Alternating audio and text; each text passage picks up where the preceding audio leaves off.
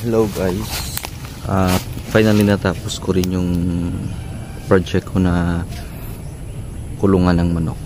So ngayon guys, malaya na po yung mga manok na makapag-galagala dito sa loob ng kulungan. At feeling ko hindi na sila masyadong stress kasi malaya silang makapag-gala at napakaluwang na kanilang pwedeng puntahan. So share ko lang sa inyo guys yung ginawa kong diskarte para matapos yung project kong ito. So yung screen na to guys, yung ginawa ko guys, tinahi ko sa pinakailalim, lagyan ko siya ng lubid na maliit at saka tinahi baga doon sa mga sa mga butas niya sa gitna.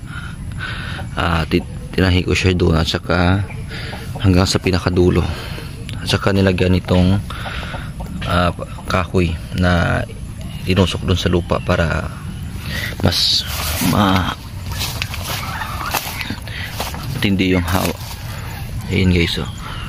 Ayan ito, gawa lang siya sa kawayan guys. So ayan, oh.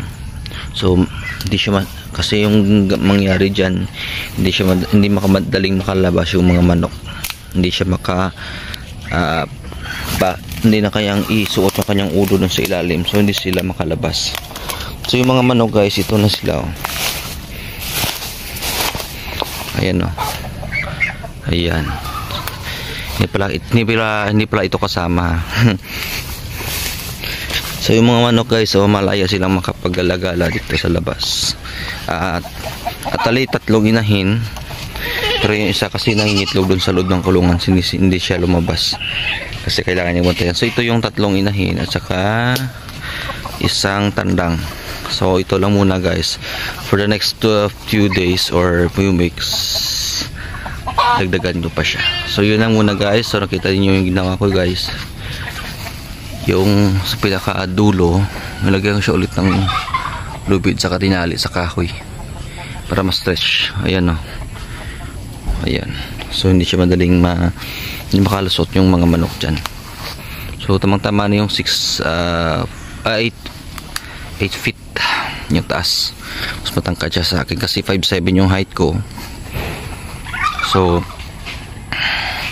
hindi siya makadaling makalabas. So yun lang guys, at salamat po sa pag follow, like and share aking mga videos.